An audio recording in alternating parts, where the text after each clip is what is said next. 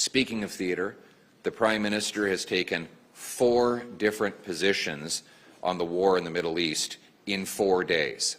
He was for the attack. Then he said he regretted his support for the attack. Then he said his support for the attack was illegal.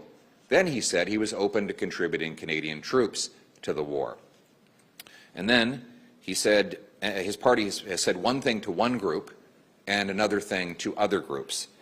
All they are doing is trying to pander in all directions while dividing our country and confusing our allies. We as Conservatives have been clear. We support the removal of the theocratic terrorist regime in Iran, which has killed Canadian citizens, including shooting down a civilian aircraft that contained well over 100 Canadians, and terrorized Persian and Jewish communities in our country. The war in the Middle East has caused an energy scramble. Our allies are desperate for energy that does not come from the Middle East or Russia. High oil and gas prices present an enormous opportunity for Canada, which has the 4th biggest supply of oil in the world and enough natural gas to single-handedly power the entire globe for 200 years. But none of it goes to Europe because Liberal laws make it impossible to get pipelines and plants built to ship it there. Just last week, Liberal laws forced one of our biggest producers, CNRL, to cancel a massive energy investment.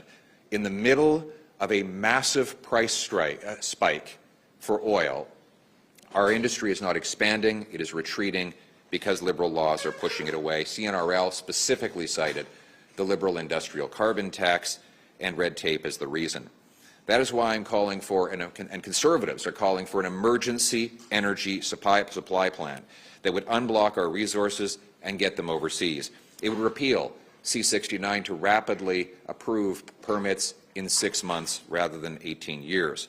It would legalize shipping oil off the northwest coast of BC. It would scrap the industrial carbon tax that is raising food prices and killing jobs.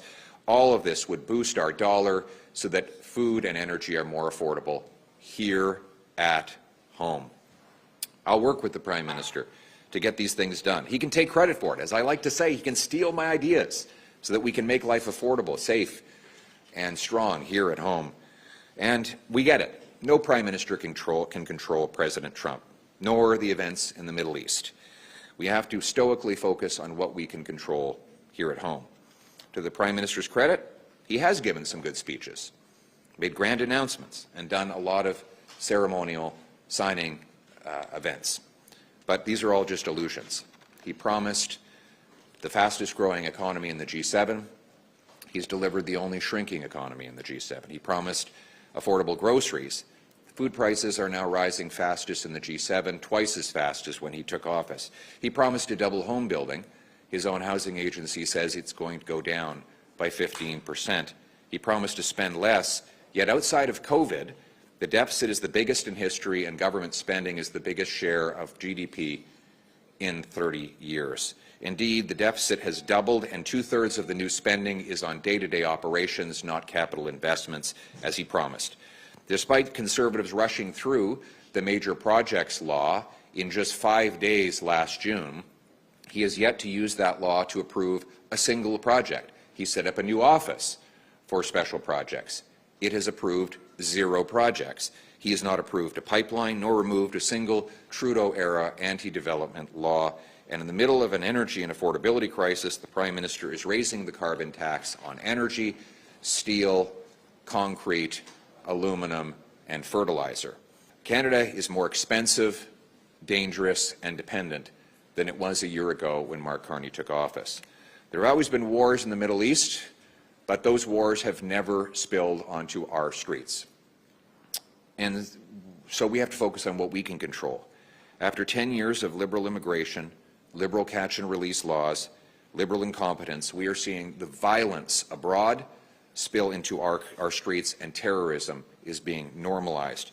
Synagogues have been shot. The RCMP is now investigating the homicide of an Iranian dissident in Canada. There are 700 IRGC terrorists on our streets after 10 years of Liberal government and a year of Mark Carney. Conservatives will be proposing plans to deport these terrorists, to kick them out of the country, to identify and expel them and keep our people safe. We will also be proposing new measures on immigration and border control to keep Islamic Republic terrorists out of this country.